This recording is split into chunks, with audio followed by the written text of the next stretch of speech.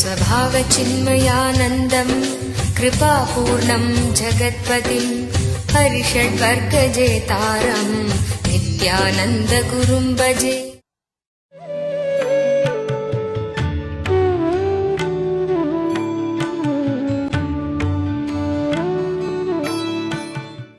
Vitarka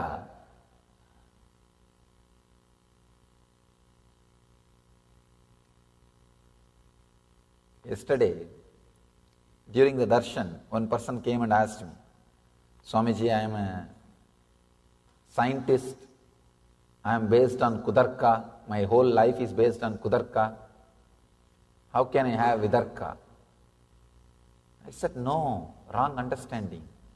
Please understand, even if you are a scientist, only based on Vidarka you will contribute to society.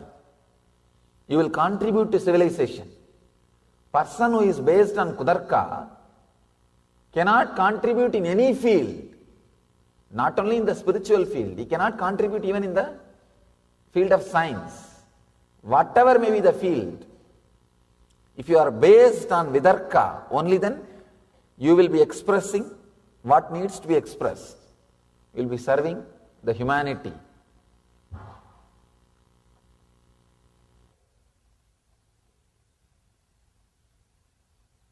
Beautifully, Patanjali explains the whole thing. The 17th Sutra, he explains Vitarka, Vichara, Ananda, Ashmita, Rupanugamat, Samprajnataha.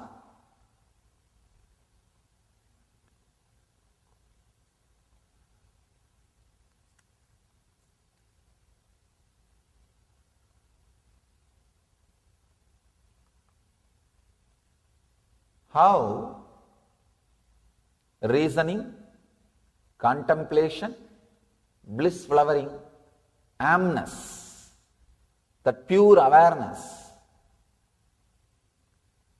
are the characteristics of Asamprajnata Samadhi, the first level Samadhi.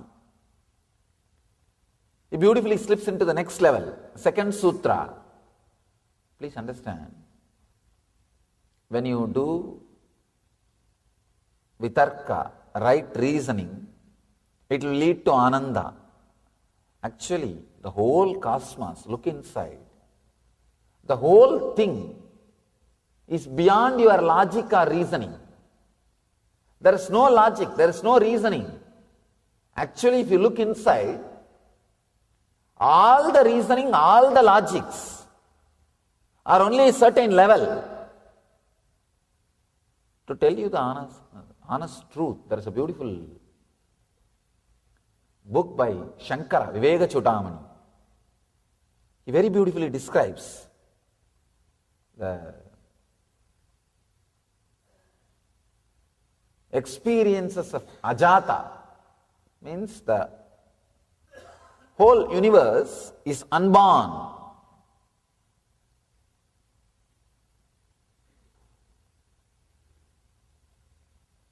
I'm just trying to find the right word.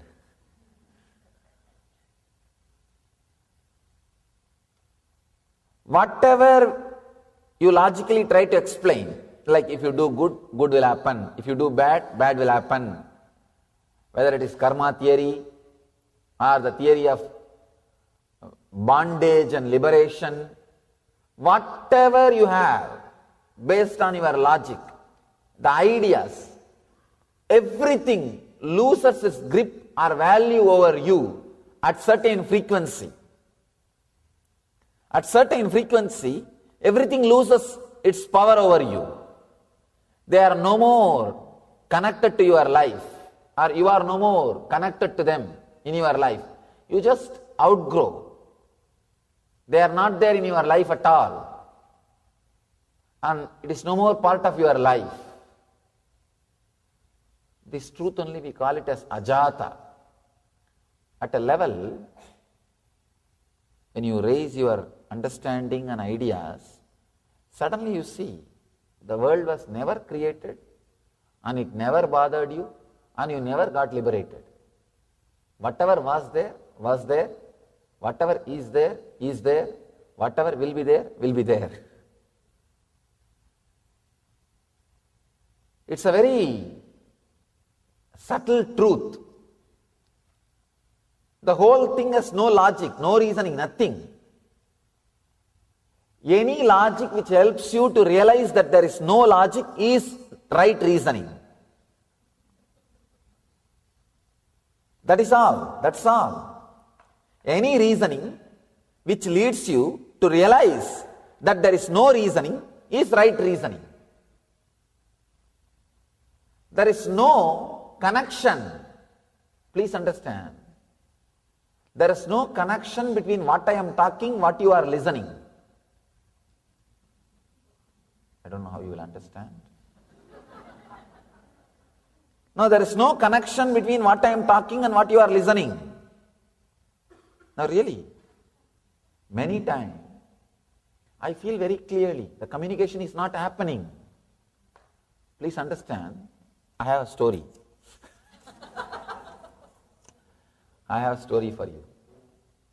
A woman went to an attorney to ask about a divorce.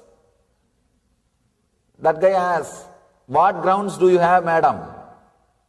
She says, "About 6 acres. He says, No, I don't think you quite understand. Let me rephrase the question. Do you have a grudge?" She says, "No, just a parking space."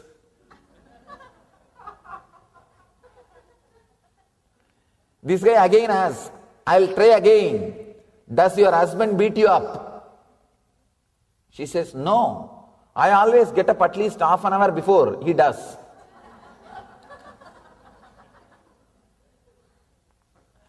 The attorney could see he was fighting a losing battle. "Madam, are you sure you want a divorce?" "I am not the one who wants a divorce," she said. "My husband does.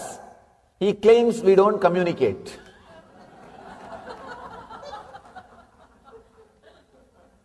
Please understand, really many times I feel the communication is not happening. See, when that energy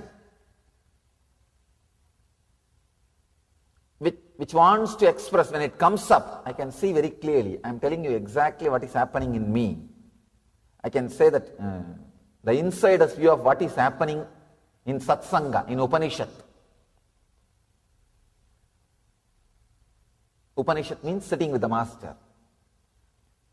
I am very clearly seeing, I am pregnant with the truth which wants to come out, which needs to be delivered. And the moment it raises to the level of walk, it's like a cotton has become thread. Cotton has become thread. Thread can never represent cotton. Please understand. Thread can never represent cotton. A canal can never represent ocean. Just imagine. You may say logically, no, canal is also water, ocean is also water. What? Many canals put together is ocean. Can you say? No. It can never be. So when the thread is when the cotton is converted into thread, when it comes out, I can see very clearly it is not representing what it is supposed to represent. And when it lands on you, you are like a dye factory. You have big colored bottle, colored box.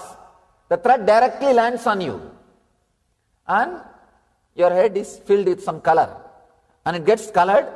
By the time you catch the thread and try to understand what I gave you, it's a colored thread. And you say, "Oh, Swamiji gave me colored thread." What has happened to what? No. Very clearly, many times I feel the communication is not happening. See, whatever word I am uttering, you have your own dictionary. Each one has individual dictionaries. That is why, actually, yesterday, one of my disciples was asking me in the after the discourse, Swamiji, you are an incarnation. Why did you do all these spiritual practices like doing rituals, doing puja, and doing meditation? Why should you need to do all these rituals? Please understand, actually, two reasons. One, to tell the world still all these things works. There is no expiry date for rituals. There is no expiry date for all these our traditional techniques. That's one thing. Second thing, only when I work with these techniques and work with the people, at least few words I can transmit. The communication is possible. At least few things I can reach out. Maybe in a way I can say, it is learning how to communicate with this mental setup. That is why in our tradition, all the acharyas, avatara purushas, they have to do this parivrajaka yatra. They have to do this pilgrimage. They have to go around the length and breadth of India. That they call it Chardham, Rameshwaram, Dwarka, Puri and Joshimat. They have to travel all that places. Badrigashram, that is the Joshimat. All the 4 places they have to travel to understand the people, to experience people, to relate with people, so that they will know now what to tell, what they need to express, how to connect with the people. It's a real task.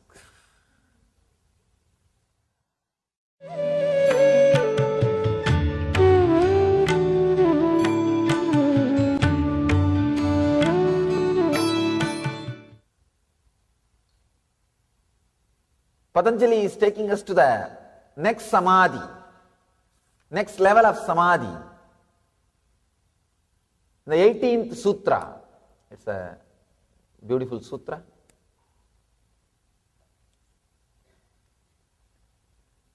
Virama pratyaya abhyasa purva samskara seshanyaha.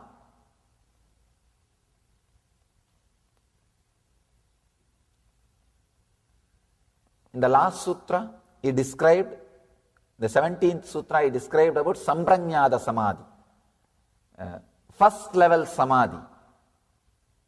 How the right reasoning and contemplation leads to Ananda and pure awareness, the amness, not even I amness, amness. Amness is the ultimate amnesty. That feeling the amness, just being an existence. All these 4 makes you experience Asamprajnata Samadhi, the first level Samadhi. Now Patanjali is guiding us into the second level Samadhi. Very beautifully he is describing. Let me give you the translation.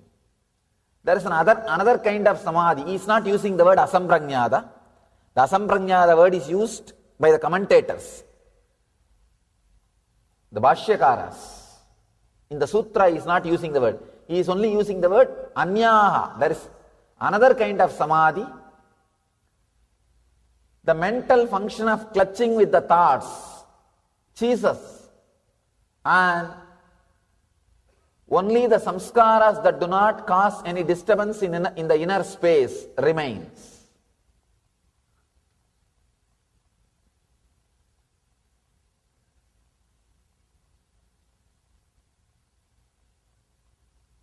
Let me read the translation again. There is another kind of samadhi. The mental function of clutching with the thoughts ceases, and only the samskaras that do not cause any disturbance in the inner space remain. I have 12 translations here. Just wanted to give you the glimpse of 2-3 translations of the same sutra. Then you will know how you can translate the same sutra. I can say each translator looks at the sutra from a different angle. Swami Vivekananda translates, there is another samadhi which is attained by the constant practice of the cessation of all mental activity, and in which the chitta retains only the unmanifested impressions. This on translation. And Sachidananda, Swami Sachidananda's translation, he translates, by the firmly convinced practice of complete cessation of the mental modifications, the impressions only remain. This is the other samadhi. Now let's understand. Virama pratyaya abhyasa purvaha samskara sesha anyaha. The other kind of samadhi, the mental function of clutching with the thoughts ceases, and only the samskaras that do not cause any disturbance in the inner space remain.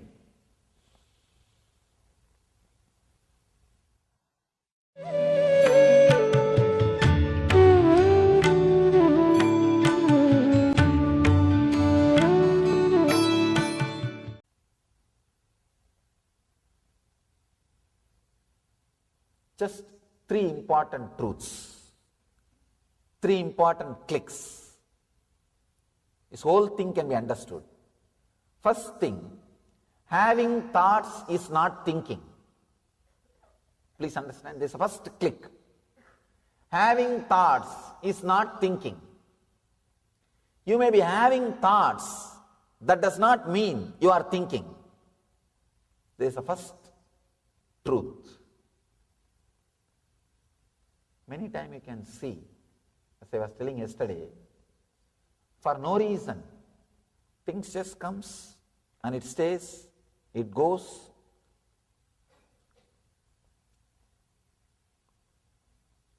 In India, we have something called Annachatras. Many villages, especially the temple-based communities, will have that Annachatra. Anybody can come, they can eat and stay as long as they want, can leave when they want. There is no attendance, there is no record, there is no nothing, no record, no attendance, there is no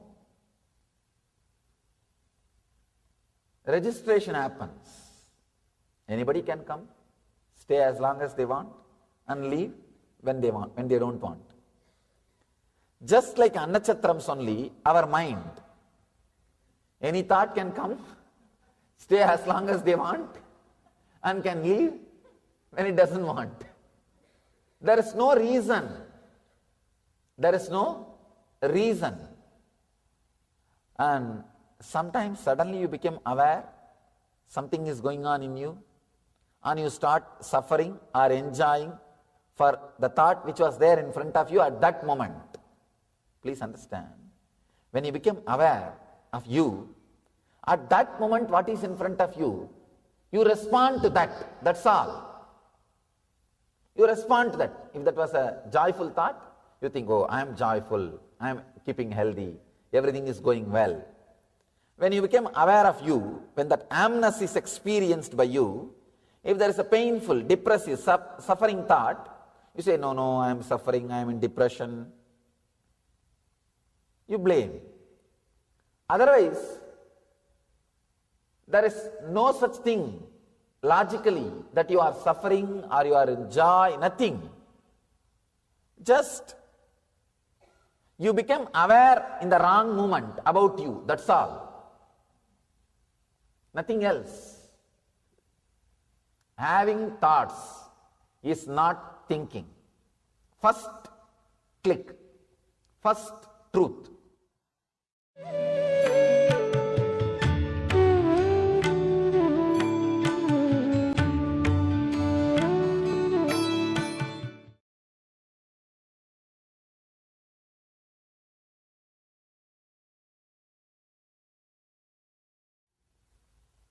Second truth, please understand, second important truth. Mind is not a thing.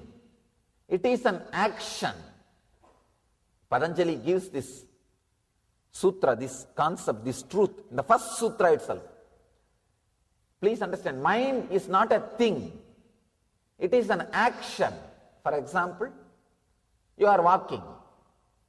If you don't want to walk, what will you do? Just sit. You are talking. If you don't want to talk, what will you do? Just be silent. Same way, you are minding. If you don't want to mind, just stop. That's all. It is your very action. Little, maybe subtle action, that's all. Please understand, if you look inside, you can see very clearly, your very action, you are doing it. Now, if you want, you can think, you are thinking. If you think, you don't want to think, just relax.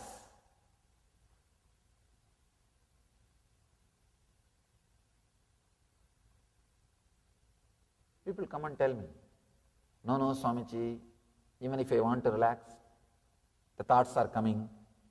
How can it come unless you think? Come on, tell me. How can the words be created unless you create it? Fortunately, only you can be inside your body.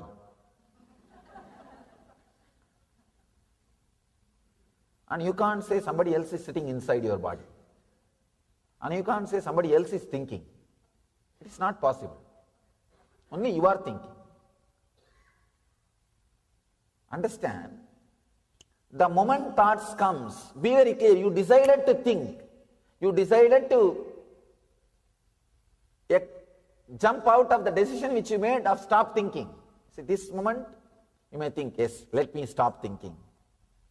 After a few moments, you may have the guts, confidence, courage. No, let me think. And you start thinking. If you look inside, you will see you are responsible for the action of thinking happening inside you. Maybe one part of you, there's a beautiful story in Mundaka Upanishad. Very beautiful, very powerful story. Two birds. I always enjoy describing this story. Sometimes there are some expressions, they are so poetic, fantastic. Just remembering them is such a joy. Mundaka Upanishad story is that kind of a story. Just remembering. It's a fantasy. It's a spiritual fantasy, I can say. There was a beautiful golden bird sitting the top of a tree, top branch. Small bird was there, the lower branch. The small bird was trying to eat here, there. When it eats sweet fruits, it just enjoys and gets the courage, starts jumping to the other branch and starts eating. Suddenly it comes upon bitter fruits. When it tastes the bitter fruit, it says, oh, chi, life is like this only. Then it looks up. There he sees the golden bird sitting beautifully, maybe in Padmasana, in Samadhi, and shining, peaceful, beyond joy and suffering. This guy looks up and says, I should become like him. Please understand the story. He thinks, I should become like him. Then he starts moving in that direction. He jumps here, there. Suddenly, on the way, he starts eating some sweet fruits. He comes upon sweet fruits. When he tastes 2-3 sweet fruits, he forgets all about that Samadhi, golden bird, everything. Now he regains the confidence. No. I can live here itself. And he continues to eat. Only again when he faces the bitter fruit, he says, no, life is too much. It is suffering. He looks up. Understand, you may also be playing the same game. When you are suffering, only then you want to stop the mind. Only then you want to stop the mind. Then after a few minutes, when you stop the mind, when you just be silent for a few seconds, even the few seconds gives you the courage. No, I can start thinking. I can start thinking. Or you think, I need to start thinking. Either you think, I can start thinking, or I need to start thinking. Fear or greed, you are again out. So be very clear. Mind is not a thing. It is an action. It is not an object. You don't have to fight with it. It is an action. Every moment it just comes out of you. It's like every moment you are spinning. You are spinning the cotton into the thread. You are spinning experience into words. You are spinning existence into words. See, this area, your prana, is there as an experience, as existence. I can say, in this area it is there as existence. When it moves up in the heart region, it is felt as experience. In the throat, it is felt as word. It gets converted into word. So you are constantly spinning thread out of cotton. You are constantly spinning words out of experience, existence. Whenever you come upon the bitter fruits, you say, I should stop thinking. And if you just decide, you can decide, and you don't have to. If thoughts are coming again, be very clear, you are responsible, you are thinking. So coming upon, see, understand, this click, it is you who is thinking. If this happens, I can say this is one of the greatest freedom.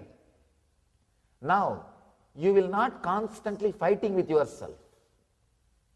You will not constantly disrespecting yourself. You will not be constantly saying, I tried my best, it is not working out, I tried my best, it is not working out. That is the worst enemy, worst thing can happen to a seeker. Patanjali beautifully describes. In the next sutras, he describes the hindrances which come for seekers. Tiredness, or having the idea that I have tried, it is not working out. These are some of the serious hindrances which comes in the life of a seeker. Please understand. Be very clear. If you can stop, you are able to stop. If you can't stop, be very clear. You are not able to stop. You are thinking. It's not that you are not able to stop. You want to think, you are thinking. At least gain that confidence. Truth gives you confidence. Truth gives you confidence. Standing with the truth, with the honest thing. The third important truth, third click, first thing, having thoughts is not thinking. Second truth, mind is not a thing, it is an action. Third truth, very important truth, very solid truth.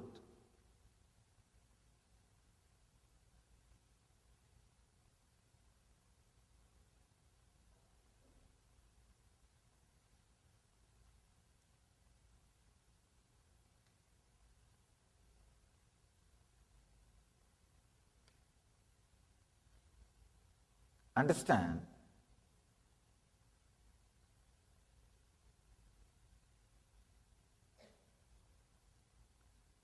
sometimes when these great truths are expressed, they may look little self-contradicting. See, even these two statements you can see. The first statement, having thoughts is not thinking. Second statement, mind is not a thing, it is an action. These two may look self-contradicting. It is not. The first truth, if it is understood, it will lead to second truth. If you don't understand, if you are sitting with kudarka, then it won't lead to second truth. If you are sitting with vidarka, it will lead to second truth. Having thoughts is not thinking. What I mean by thinking, when your amness experiences the thought, you are thinking. You have that pure amness inside you, and thoughts are flowing. It's like vehicles are moving, and cop stops only your car. Same way, thoughts are just moving. You pick up only one car, one thought. Means you are thinking only when you touch that thought. Otherwise, thinking is not happening. Be very clear, thinking is not happening. You are not aware of all the 1,000 things happening inside you, fortunately. You are not aware all the 1,001 things happening inside you.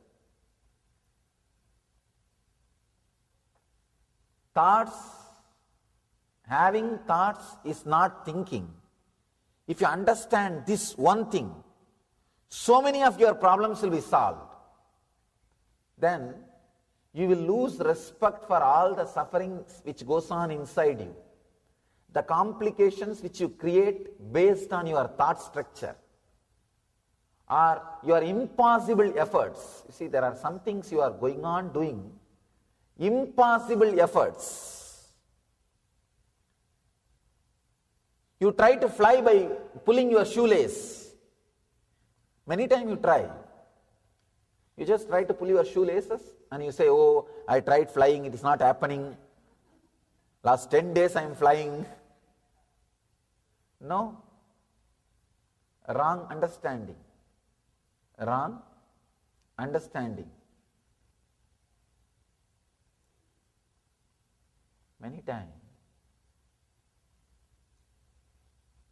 with wrong understanding, you build more and more complications. And with that complications, you create more gap between you and the spiritual truths. See, yesterday as I was talking, kudarka, what I was talking yesterday, that kudarka, first thing it does, it just catches few point, few idea to create gap between you and the spiritual truth. Once the gap is created, naturally spiritual truths are not for you. They are not going to work for you. When it does not work, again the kudarka gets deepened. It's a vicious circle. It is the vicious circle. So understand the first truth, having thoughts is not thinking. The second truth, mind is not a thing, it is an action. When you understand these two, the third truth, which is expressed in this sutra, can be understood. He says, the other kind of samadhi, the mental function of clutching with the thought ceases, and only the samskaras that do not cause any disturbance in the inner space remain. This is the third ultimate truth. Please understand. The unclutching happens. The initiation into unclutching. See, when the initiation into unclutching, first time when you unclutch, that experience only, Patanjali calls it as Asamprajnata Samadhi. The first unclutching experience. Beautifully in Ramakrishna's life it happened. Let me describe how Ramakrishna moved from Samprajnata Samadhi to Asamprajnata Samadhi. And if time permits, I'll explain my own experience. Then you will understand how I moved from Samprajnata Samadhi to Asamprajnata Samadhi.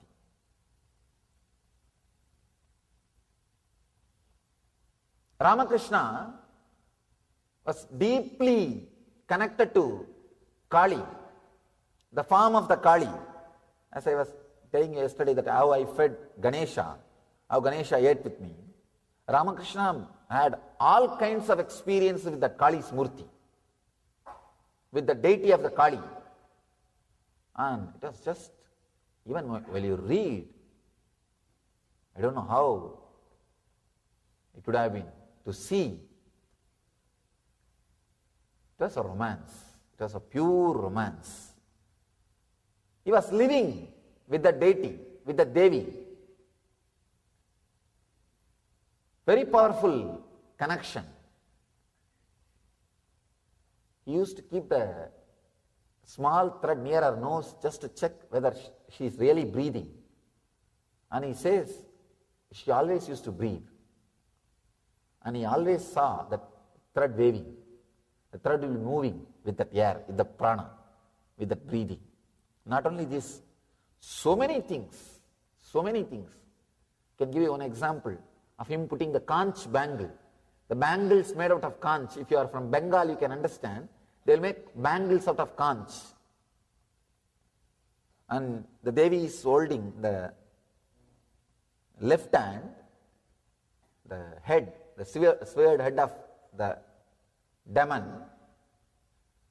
without breaking the deity, without damaging the deity or the conch or the bangle, he put the bangle for the deity.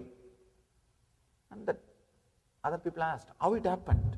How can you put it? This bangle cannot go into the hand because she is holding the sira, the head of the demon. He says, no, I just told her, drop it. She gave it in my hand and I put the bangle. I told her again, please hold it, and she is holding. That's all. The power over the matter, the mind over the matter, the power of his mind over the matter. He was connected to Kali that deeply. He was living in Asamprajnata Samadhi. He was constantly living in Asamprajnata Samadhi.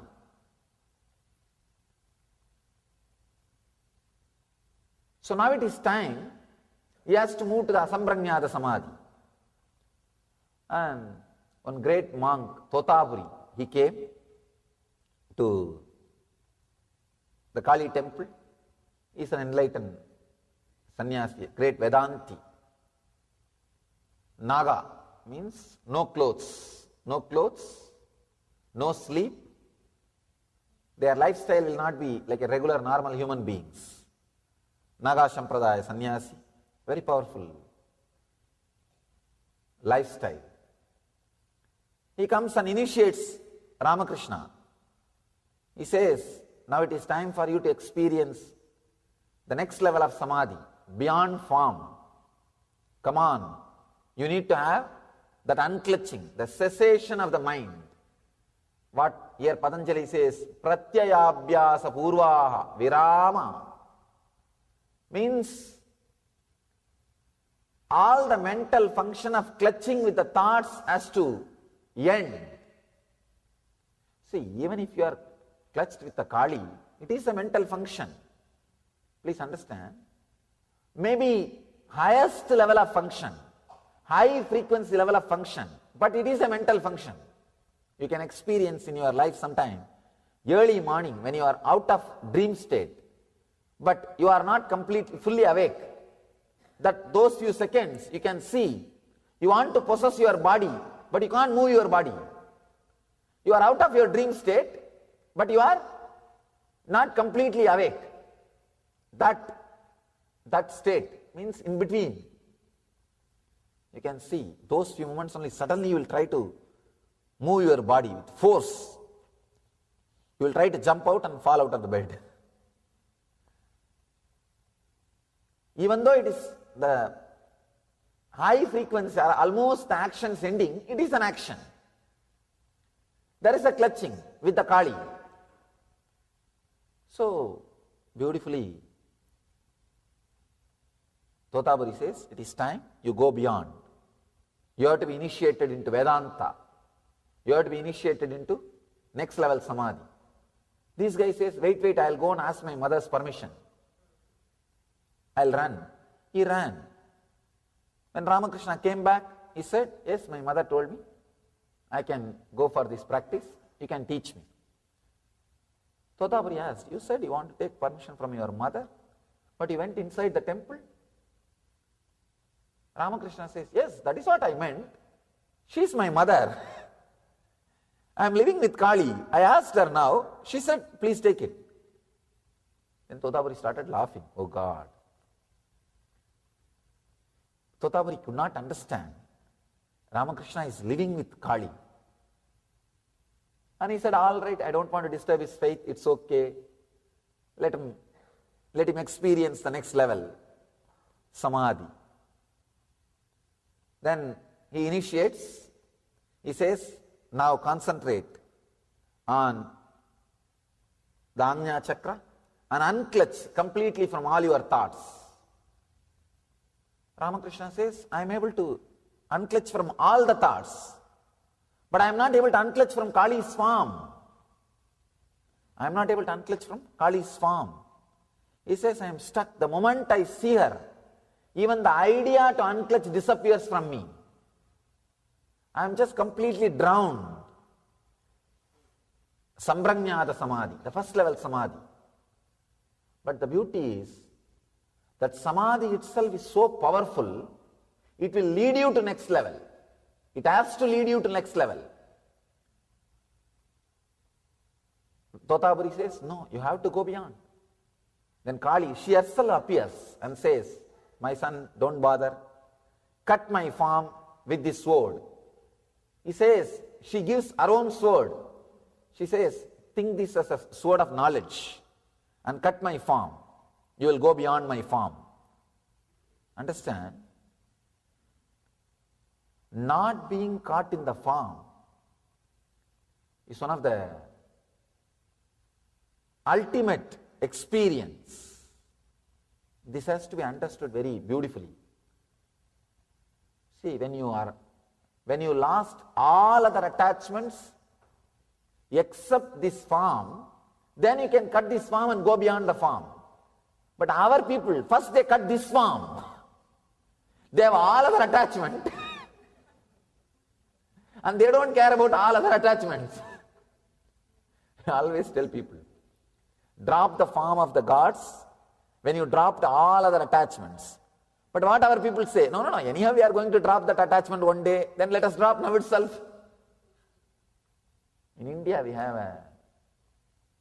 I have seen when they burn the dead bodies in villages, they will use a big bamboo. After burning the dead body completely, they will throw the stick also into the same fire. But you have to throw that stick into the same fire after burning the dead body. You can't say, anyhow this stick is going to be in the fire, let me throw it now itself. Then how will you burn the dead body? So attachment to the deity or Guru's form or God's form should be used like a stick, bamboo stick, to burn the attachment with all other forms. Everything else is burned. Then in that same fire, this form also, this attachment also should be thrown. Kali says, cut my form and go beyond. This is what Buddha means when he says, when you see me on the path, kill me. Buddha says very clearly, when you see me on the path, kill me. Understand? But that should be lasting. But unfortunately, we start doing that first. No, that should be the last thing. And story says, when Ramakrishna visualized sword as his knowledge and cut the form, and he just disappeared into the next level of Samadhi, Asamprajnata Samadhi, where the cessation, what Patanjali describes, the cessation of the clutching with any mental function started happening. Please understand.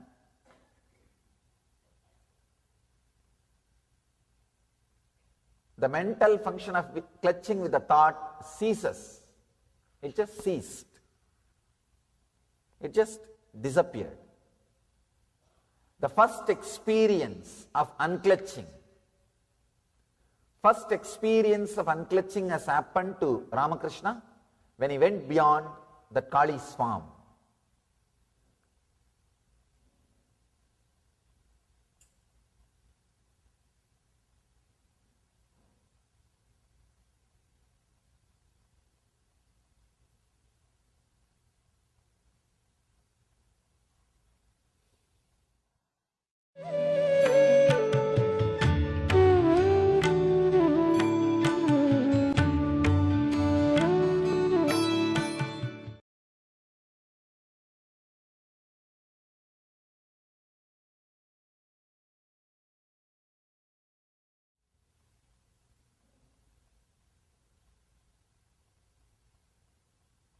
Only if you feel connected to some form and live with that form, then you are asked to renounce, you will understand how difficult it is.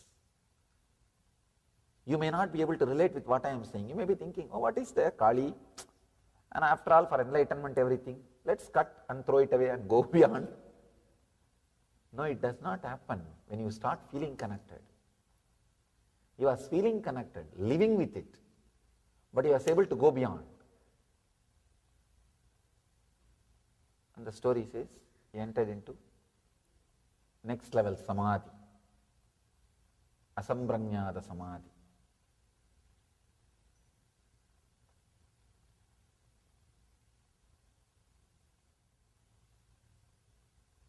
The mental function of clutching with the thought ceases.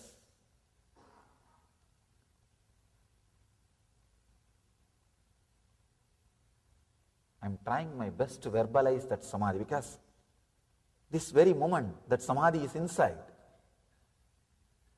When I try, it's like I am putting a rope to go and touch that feeling so that I can live some experience of that and verbalize it and tell. By the time the rope reaches this here, there is a disconnection.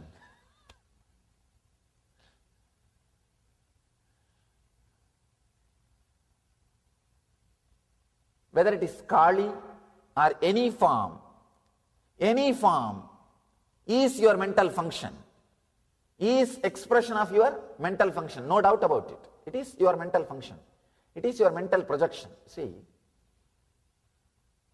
maybe it is raising you to superconscious level, but even then, it is mental projection. You see, the outer world is also your mental projection, which is taking you to the unconscious level. These deities, gods, gurus, even this form is also a mental projection, but it is taking you to the superconscious level. Everything is your projection. There is a description of Vishwamitra meditating and Indra sending all the celestial girls like Ramba, Menaka, Urvasi to disturb Vishwamitra. There is nobody sitting there and sending people to disturb Vishwamitra's meditation. It was his own suppressed desire. He was projecting and seeing. Understand? If at all there is a system, somebody is sitting there and sending Ramba, Menaka, Urvasi or the celestial girls to disturb your meditation, then millions will start meditating.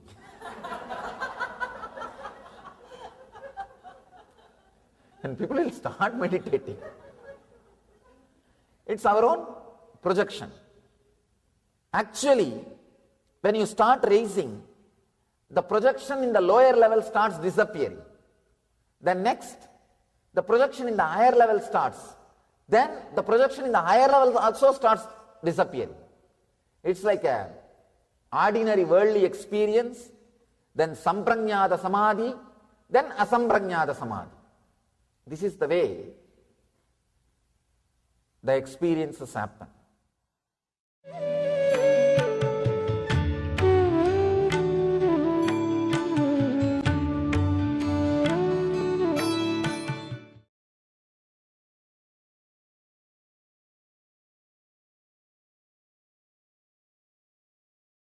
Yesterday I described how I had Samprajnata Samadhi when gave the food to Ganesha. Today I'll try to give you the glimpse how I had Asamprajnata, or this clutching with the thought ceases. Understand? You need to understand one more word which Patanjali describes here. The samskaras that do not cause any disturbance in the inner space remain. That is what he is saying in the next second level Samadhi. Of course, there are some more levels of Samadhi. Savigalpa, Nirvigalpa. In those Samadhis, even this bija doesn't stay. Even the seeds doesn't stay. Bija Samadhi, Sabija Samadhi, all those things he is describing in the next sessions. In this Samadhi, The samskaras which do not cause any disturbance in the inner space remains. Even when Ramakrishna had this samadhi with Totaburi, it's not that all the samskaras got burnt. When he started residing in that same space for 9 months, only then the bijas, the samskaras, even they are burnt. And he enters into Nirvikalpa Samadhi, the ultimate experience. He continues to goes into the deeper and deeper layers and experiences. But when he cut the Kali's form and entered into that unclutching, the initiation has happened, the experience has happened, Asamprajnata has happened, but not the ultimate Nirvikalpa. You need to reside in Asamprajnata, and the whole biomemory needs to be cooked in Asamprajnata to be in Nirvikalpa. With Ramana Maharshi, actually, if you see Ramana Maharshi's life, you can understand this. When he had death experience in Madurai, in his uncle's house. The Asamprajnata Samadhi has happened. But after that also he was able to travel. He traveled from Madurai to Tiruvannamalai. Means that some seed was there. The samskaras which do not cause disturbance, the engrams which do not cause disturbance was there inside. So he traveled and he came and settled in Arunachala. But once he came and settled in the temple, 9 months he was in Asamprajnata Samadhi. His whole body got cooked. It got processed by that Asamprajnata Samadhi, and that became Nirvikalpa. Then he got established in Nirvikalpa Samadhi. Let me describe my own experience of Asamprajnata Samadhi.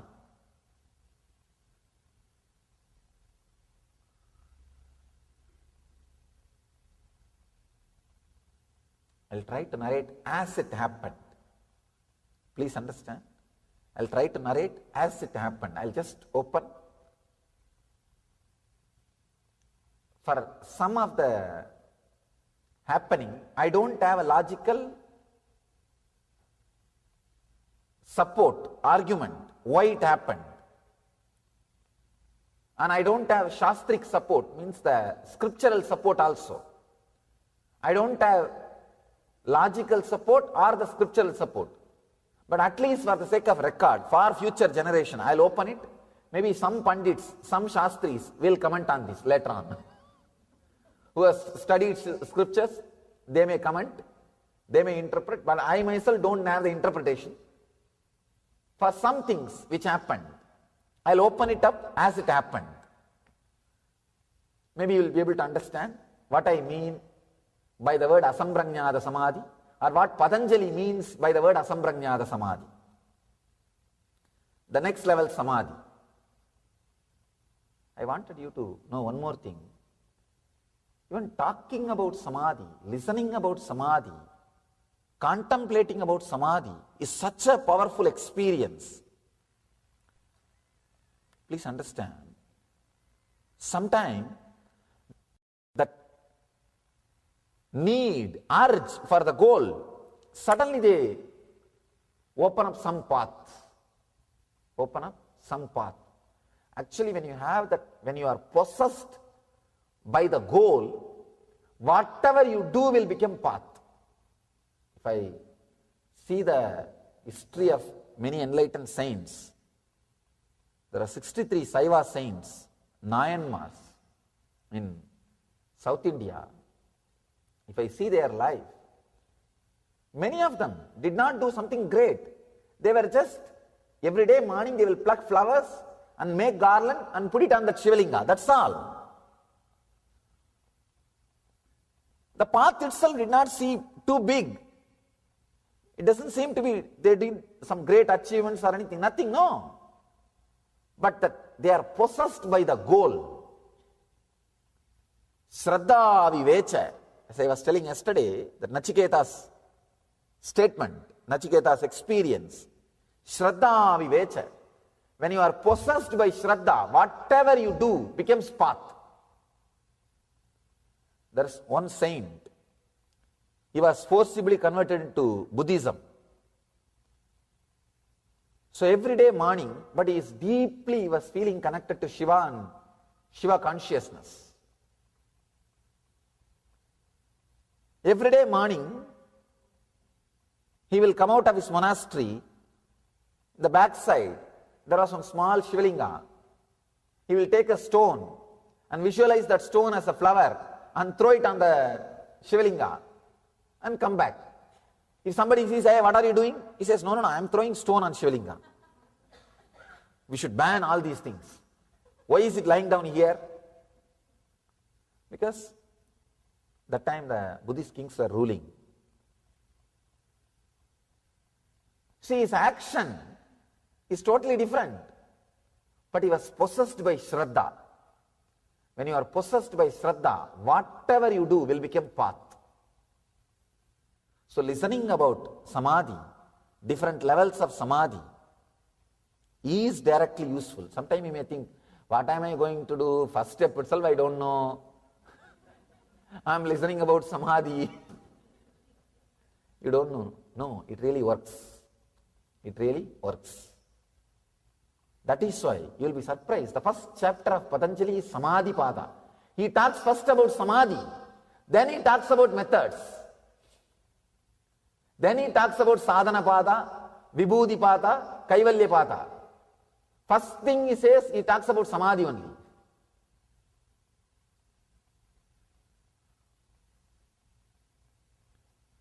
Some of you might have heard this incident happened in my life, my experience with Arunagiri Yogeshwara, a great incarnation, Shiva himself, a great Avatara Purusha, Shiva himself. I'll describe only few things, few parts of that incident, connecting with this sutra, how the Asamprajnata Samadhi happened in me when I connected with him, I had his darshan and experienced him. Maybe around the age of 11, during summer vacation. In India, temple is our entertainment, that is our vacation, that is our playground, everything will be temple only. As I was telling yesterday, till now, there are thousands and thousands of cities where the temple will be the largest structure, largest building in that whole city, whole town. Whether in the area wise or the height or the constructed area, everything, that will be the largest building. Same way in my city, in my town. That's our playground. I was playing inside the temple, backside. If you have visited Arunachala temple, you may be able to relate with the place where I am saying. Backside the temple, one small 4-pillared mandapam, 4-pillared hall. A replica of that hall only I built in Bididi now. Because one of the strongest experience I had in my life happened in that place. Because of that, I have decided to replicate that same mandapam as our temple in Bangalore ashram.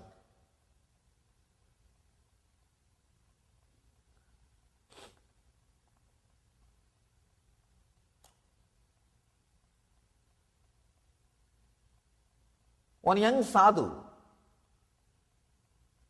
came out of that mandapam. That mandapam had a small kind of a opening, or I was thinking it was an opening. It was a small cave. One sadhu came out. And the young age, I always used to be running behind sadhus. They were my life, they were my friends, they were my everything. Anybody with this cloth, I'll be behind them. Such a strong vidarka, right reasoning was there. So I'll always be running behind these sadhus. Whatever I get in my house, I'll bring it and give it to the sadhus. And I'll be very happy with them.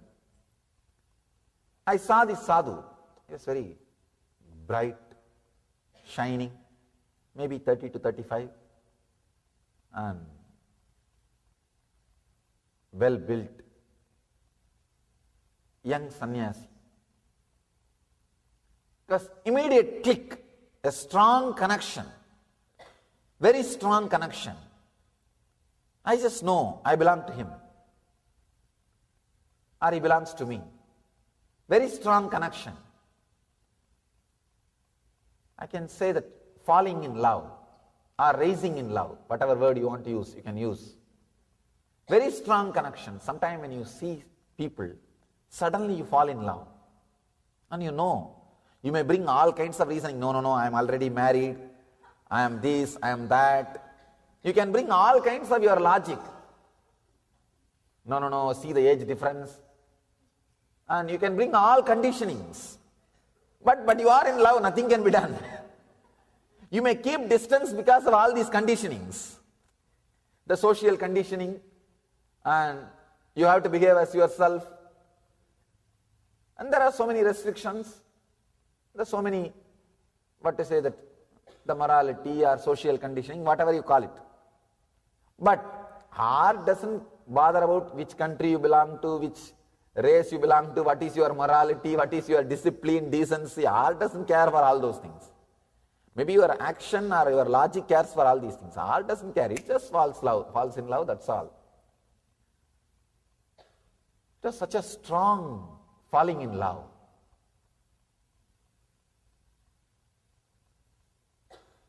Every day, I'll come and sit there with him. Morning till evening, he'll be talking, sitting. Sometimes I wonder what I used to talk. If I recall, there was nothing much, just sitting and chatting only. And you don't know why you are sitting together, but sitting together was such a pleasant, joyful experience. I was sitting together. It's like spending time together. He was also very happy with me. And he will eat whatever I bring. He will bring some fruits or something for me to eat. He will be talking, some experiences, these, that. I can say that Mundaka Upanishad, I did not complete that story. That story says that when the small bird, like this, traveling this way, suddenly it really had a bitter experience, one strong bitter experience. It decides no more eating fruits. It just shuts its mouth. Without opening its mouth, it just travels towards the bigger bird. When it goes near the bigger bird, nearer and nearer, suddenly it realizes it is losing its individuality. It is losing its individuality. After a few minutes, it feels it is just a shadow of that bird. Actually, when you are really deeply in love with somebody, you can experience, when you touch that body, you won't feel it is a two-person. You just know it is your own extension. Your extension is in that body. You are just extension of your extension is that body. That small bird feels its very extension is that big bird, golden bird. After a few minutes he feels it is not even his own extension. That bird's extension is he.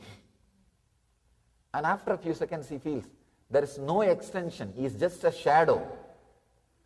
After a few seconds, there is not even a shadow, only that golden bird exists. It was only illusion that I was an individual. The different levels of feeling connection.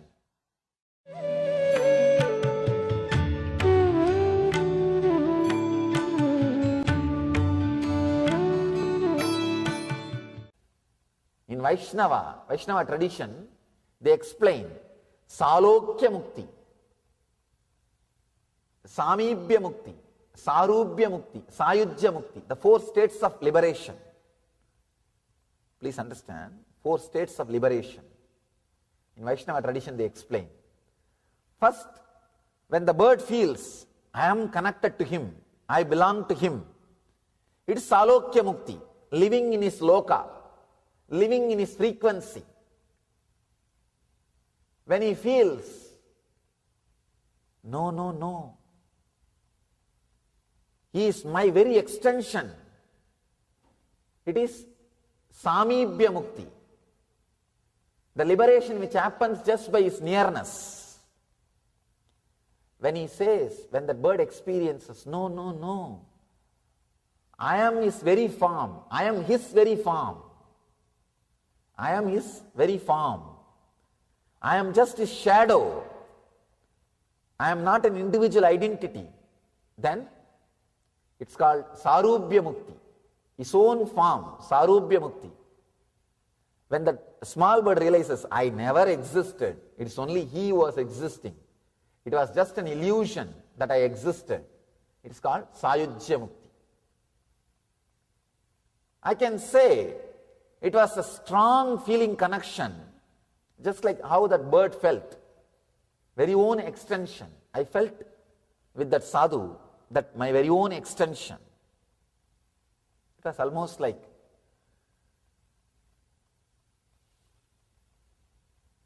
Samibhya Mukti. First when I met him. Then it slowly developed into Sarubhya Mukti. That same Rupa. I used to play with him, go wherever he calls. Sometime he will take me to the temple inside, sometime he will take me to the hill, sometime here, there, he will take me to different places. Understand?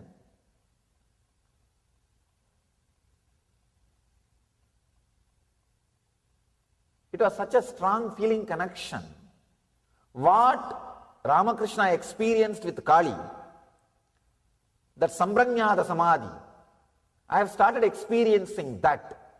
Even when I am not physically around him, even when I go back to the house, late night I will go back to the house because they will close the temple. By the time they close the temple, they will vacate everybody. They will vacate everybody. And when I go back to the house also, I will be sitting in the house and waiting when it will become again morning 4 o'clock, so that I can rush to the temple to see him. I had the belief that he was staying in the temple, and he used to always come out of that mandapam only. So I was thinking he was staying there. In the temple there used to be many small caves where sadhus stay, where swamis stay. So I will be waiting for next day morning. Sometime I will be sitting with a clock in my hand. Hey, it is not moving. What is happening? It is showing 4:30. What is happening? It's not becoming 5 o'clock. Early morning, the moment I hear the temple bell, in India the temples used to have huge bells, which will be heard for some 2-3 miles. That sound will be heard. The moment I hear the temple bell, I'll rush. Means I was completely living with him. I can't explain the strong connection. Anyhow,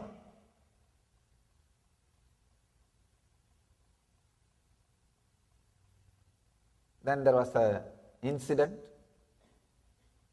He took me to the place where he was staying once. He asked me, will you come to the place where I am staying? I said, why not? Let's go. He took me inside the cave, took me to the place where he was staying. I saw a few sadhus sitting with him, a huge banyan tree under which he sat. The way in which he sat, I know he is the guru of that whole group. And I was the only one without kavi, the ochre rope. And I said, why don't you give me kavi? He just laughed and got a cloth and gave me the cloth. I took the cloth. Then after some time he brought me back. He left me in the temple, went back.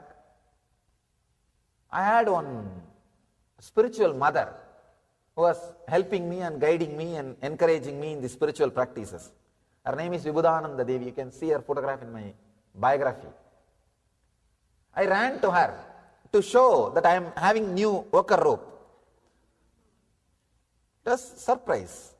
I ran and said, this sadhu gave me this rope. She was shocked. Because if somebody gives ochre rope to you, it means they gave you sannyas. You are accepted as a disciple. They gave you sannyas. And I didn't know all these things. When I went and told her, she got shocked. She said, Swami gave you kavi. Which Swami? How can he make you as a Swami without your parents' permission? I didn't know all these things. I said, come on, I'll take you to that Swami. She was filled with anger. But anyway, I want to escape. I don't want to be in the scene. I wanted to let her face him directly. And I brought her to that cave where I used to meet that sadhu. I called, Swamiji, please come out. Swamiji, please come out.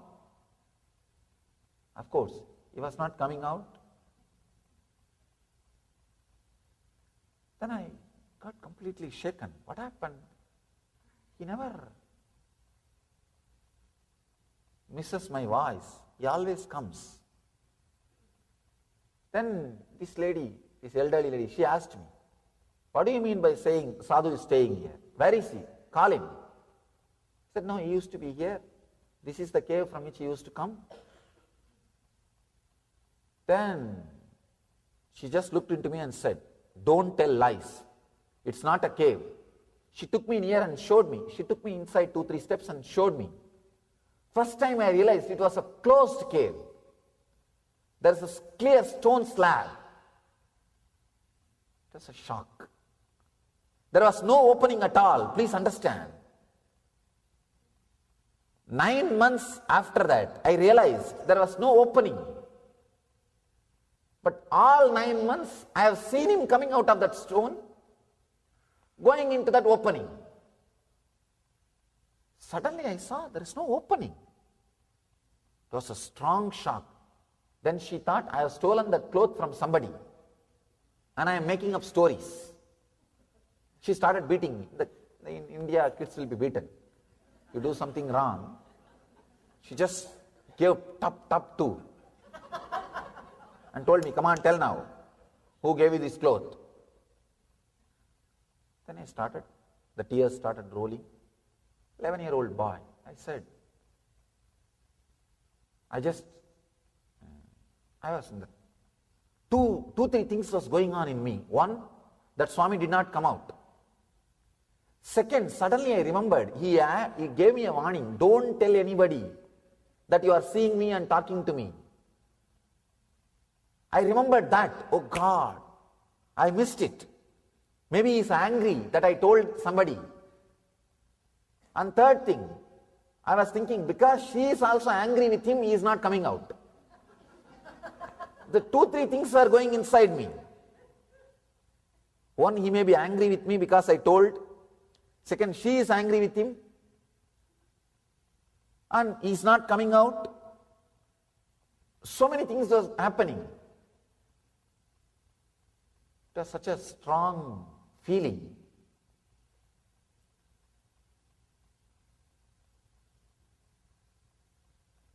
I can still see that whole scene. Anyhow, I decided I have to convince her that what happened. I told her, I promise upon Arunachala, I swear on God, I swear on Arunachala and on you. She was like my guru. So I swear on Arunachala, on you, on this Kavi and on me. I saw him.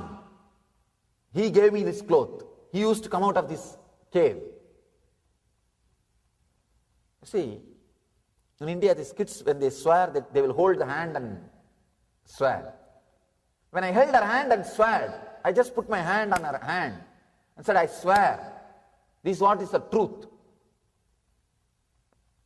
Because my whole body, bio-memory was bubbling, overflowing with that strong experience, that touch, that experience was transmitted to her. It was such a strong shock passing through her being. Her kudarka disappeared. Her kudarka just disappeared. She realized what I am saying is truth. Then she just kneel down. She kneeled down and said, now her whole tune, whole tone, whole way of speaking, everything became different. She asked me, tell me, really you saw him? I said, yes, he gave me this cloth. What was the name he said? He said, Arunagiri Yogi Ishvara. That's all. This lady just fell at my feet. Who is supposed to be my grandmother's age, my guru, she just fell at my feet. She started crying. And I was already crying because she has beaten me. And now I couldn't understand what to do. It was a big mess. I asked, why are you falling at my feet? Actually, she told me that cave is the Samadhi of Arunagiri Yogeshwara, an enlightened master who left the body 2000 years ago.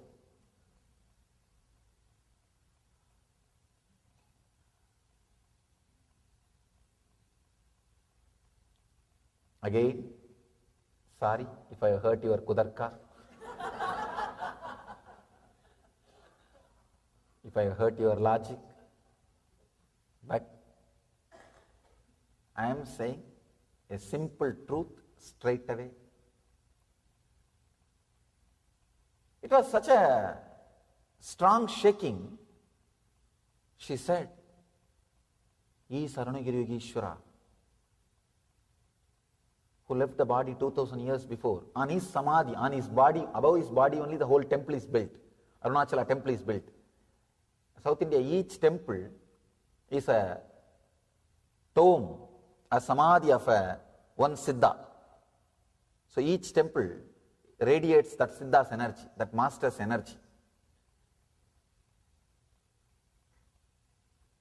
Each temple, the Parani is Bogar, Thiruvannamalai is Arunagiri Yogeshwara, the Rameshwaram is Patanjali, and Tanjavur is Karuvurar, and Tirupati is Konganavar, Madurai is Chokkanadar Siddhar. So each temple is enlightened master Samadhi. She was shocked and she fell at my feet. And we were all meditating, doing tapas to have his one darshan. You are fortunate. He himself lived with you and he gave you kavi. This is our side mood. My side, it was a big missing that he is not coming out. Understand? Now it's like a big loss because it is such a strong, cherished relationship. I can't miss him. It was a very strong relationship. It's like that fear, I may not see him again at all. That became very strong.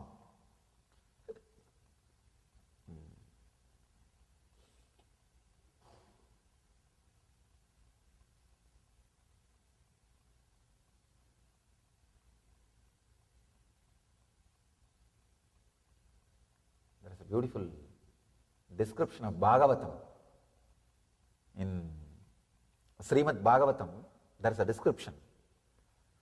One Gopika, Krishna's beloved, she hears the flute music. Krishna is playing the flute in the forest. She comes out of her house to go and see him. The entrance of the house, her mother-in-law and sister-in-law are sitting. Typical Indian village.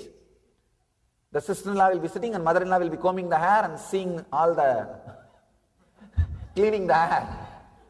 The typical scene. And they will sit exactly on the door frame only. And that is where they get the news. The whole village news will come. Whatever goes on in the village, that's a newsroom actually. That's a newsroom. Newsroom discussion will be going on. And they will be sitting and cleaning the hair, combing the hair. And I don't know how many hours they will spend in the combing the hair and cleaning the hair. Whole day from morning till night, they will be sitting.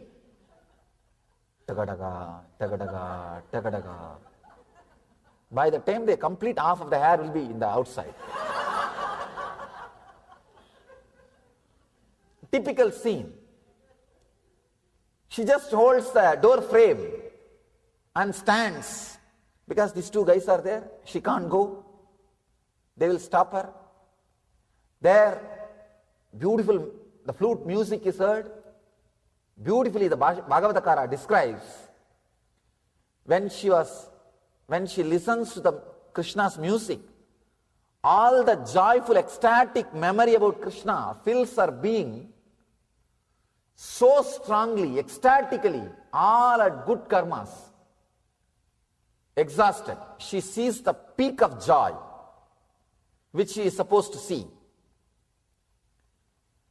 When these guys are stopping her, when she remembers she can't go near him physically, that physical missing, all the suffering, pain rises in her body.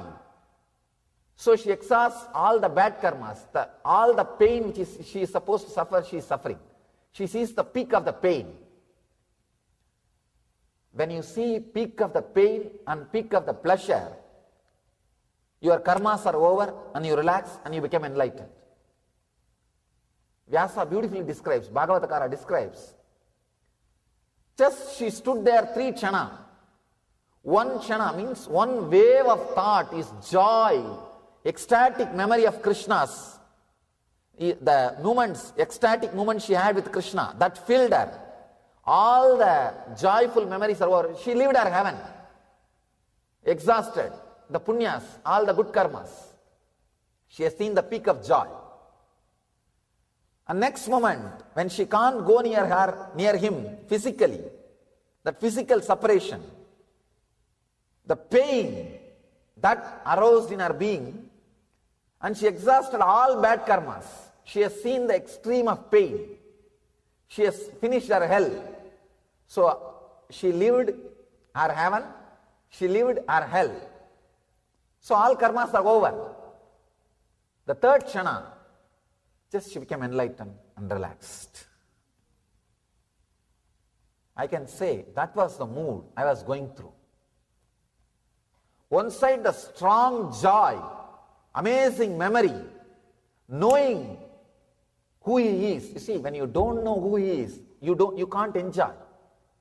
When I know with whom I was living, every inch, every moment is an ecstasy. Oh God, with whom I lived. Who is my friend? Many times, when you know about the other person, even simple thing, God, you appreciate with whom this whole thing is happening, with whom I am living. Sometimes you need that knowledge. That is why in Bhagavatam they say Jnana Varishta Bhakti.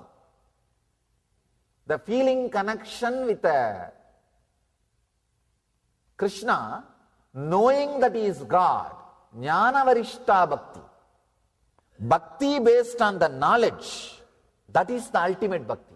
Not even simple bhakti. Jnana Varishta Bhakti. It's one of the peak bhakti experience. Bhagavatakara was questioned. When the Bhagavatam was recited, you see the oldest university is Naimisaranya and registrar is Vaisambayana in our tradition.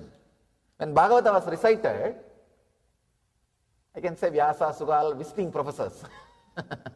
They come and all over the world students gather and they give a special classes, special courses, maybe 3 months, 6 months, and then they go back to their place.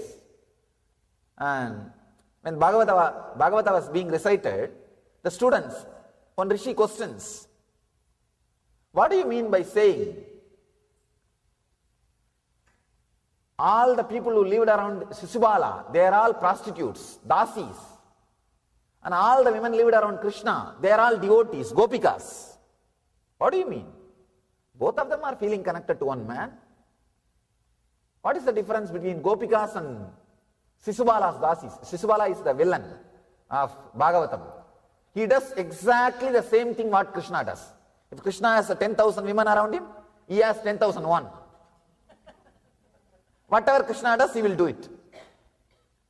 Beautifully Bhagavatakara describes, all the gopikas, they know Krishna is God.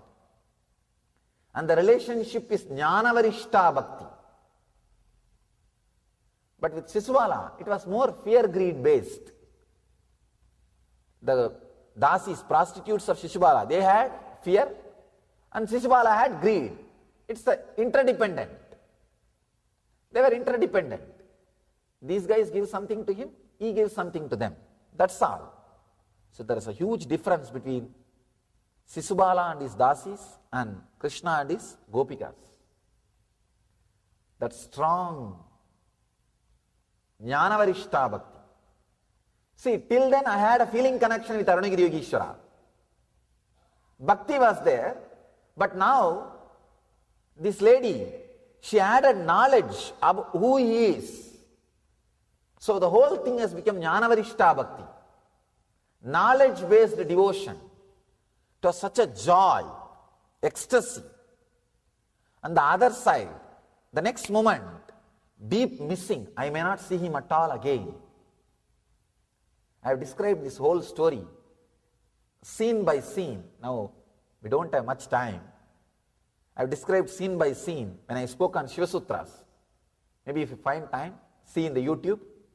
The whole thing is in the YouTube. When I spoke on Shiva Sutras, I described this whole thing very elaborately.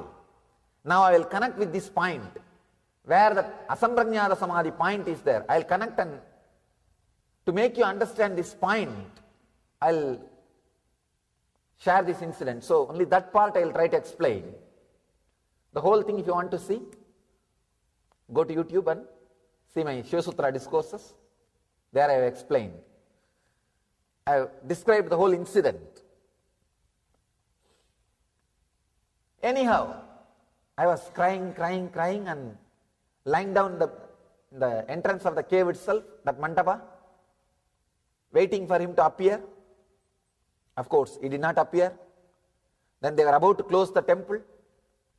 The watchman, he came and said, hey, we are going to close the temple, get up and go. If you want to go and have darshan in the main shrine, have darshan and go back, go out. I ran to the main shrine, Garbhagraha, so that I can have a darshan and go back to my house. When I went back and opened my eyes in the Garbhagraha, I saw very clearly he was sitting there. He was there. That instead of Shivalinga, he was just there. I rushed to touch him. I was shouting, Swami, where were you? I was crying for you only. Where were you? I was rushing to touch him. I could see very clearly. I was not physically moving. It's like sometime when you see somebody with whom you are really in love, your body may be having some 4-5 feet distance, but your whole being will go and hug him. So my whole being rushed towards him to touch him. The moment I touched, see, before that also I have touched him many times. It was touch with bhakti, Asamprajnata Samadhi. I thought he is a form, I was in love, and it was a deep connection with that form. But now, it is not just bhakti, Jnanavarishta Bhakti, knowledge-based devotion. Now I know who he is. So when I touched, he also stretched the hand very casually. When that hand and hand touched, that when the touch happened, then something just opened. You can say clicked. Suddenly that moment, I saw very clearly. He was me, I was he.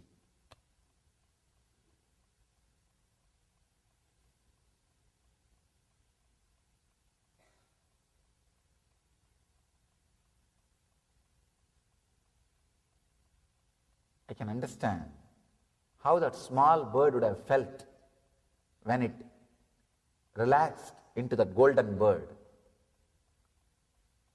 In that golden bird, and that small bird merged, what was the feeling? I can relate to that feeling.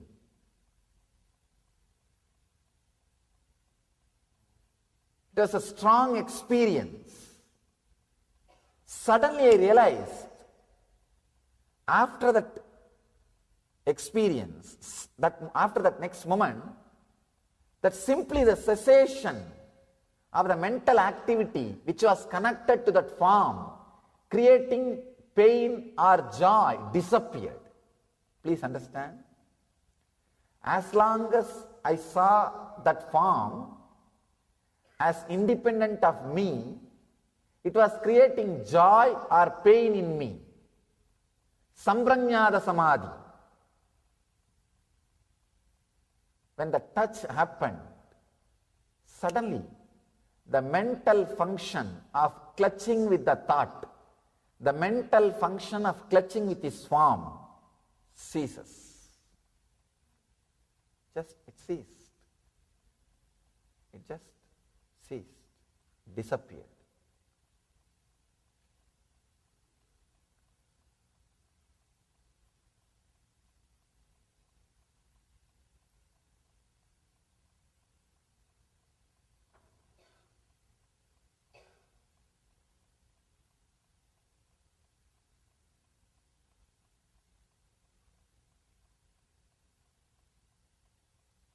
That Asamprajnata Samadhi, the next level Samadhi, just happened.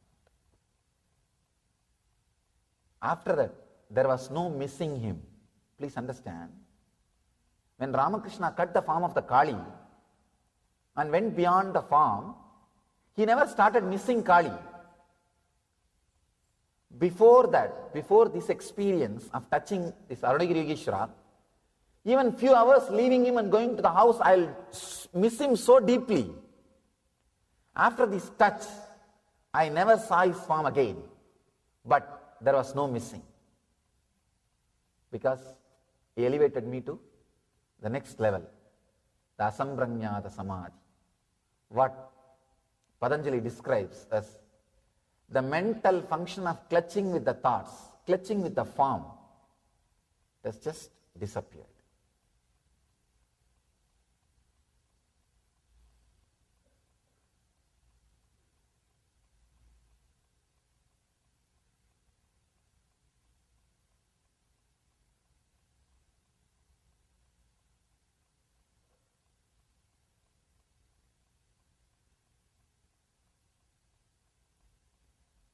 If you are unable to connect with what I said because of Kudarka or Vidarka or Darka, sorry, not Vidarka. If you had Vidarka, you can connect directly with what I am saying. If you had Kudarka, it will be difficult to connect. And you won't be able to connect and you don't want to connect. Sometimes even people with Darka, they want to connect, but they don't know.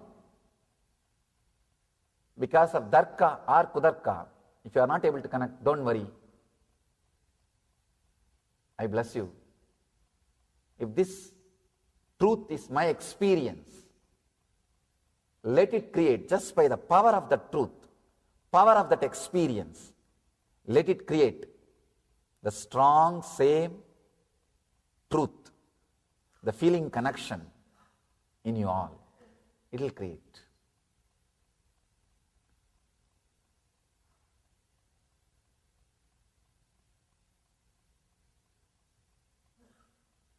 I can say that much only because there is no other word.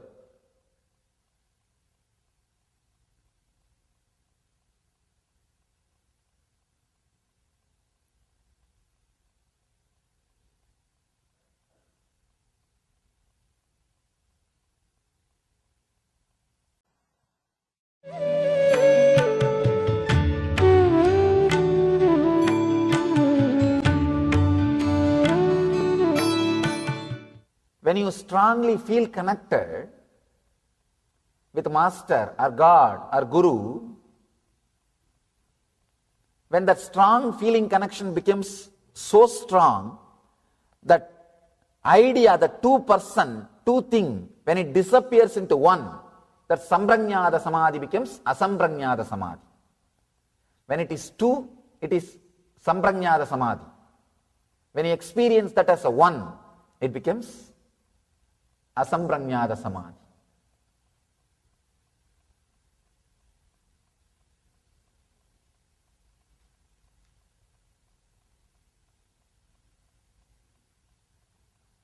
Still I know I have not conveyed what I want to convey.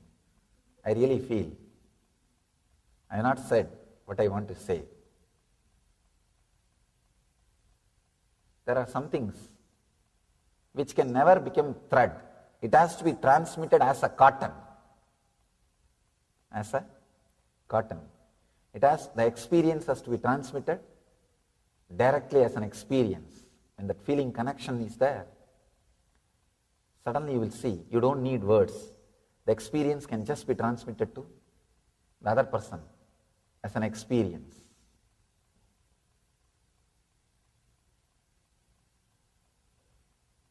I bless you all. Let that transmission happen. So virama pratyaya abhyasa purvaha samskara sesha anyaha. In the next level of samadhi, in the other samadhi, the mental function of clutching with the thought ceases, and only the samskaras that do not cause any disturbance in the inner space remain. Understand, I want you to know, this is also next level samadhi, but there is next level samadhi, where even that samskara disappears. See here, I had that unclutching experience, unclutching has happened, no more missing, the Asamprajnata Samadhi happened, it is true, but there is next levels which Patanjali speaks, bija, sabija, vigalpa, nirvigalpa, and different descriptions.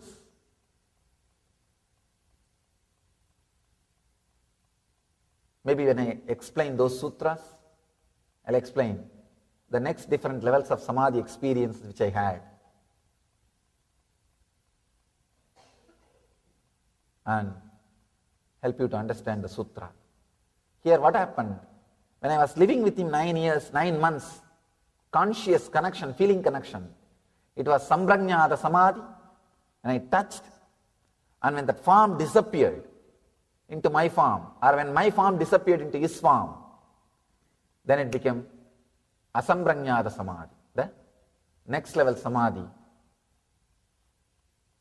When listening to these experiences, this truth, because it is from the strong truth, naturally it will shake your kudarka.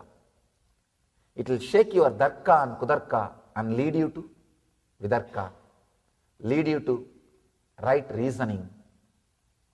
I bless you all. Let you all experience these great truths, achieve and radiate Jivan Mukti, living enlightenment. Let you all achieve and radiate the eternal bliss, Nithyananda. Thank you. All that I feel